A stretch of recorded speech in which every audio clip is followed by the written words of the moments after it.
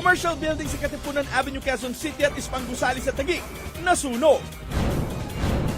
Exclusive! Umunoy tulak ng droga, patay ng manlaban sa operasyon sa Valenzuela. At ang unang pagharap sa publiko ni Angelina Meet King. Yan ang pa pang balita. Abangan sa pinagkakatiwalaang 24 oras.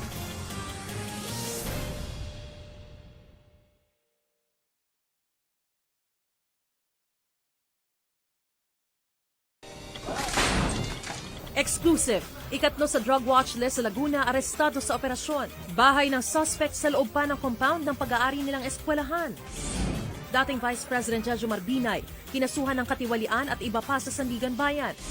At cast ng Encantadia, full force sa kanilang press launch. Yan at iba pang balita, abangan sa pinagkakatiwalaang 24 oras.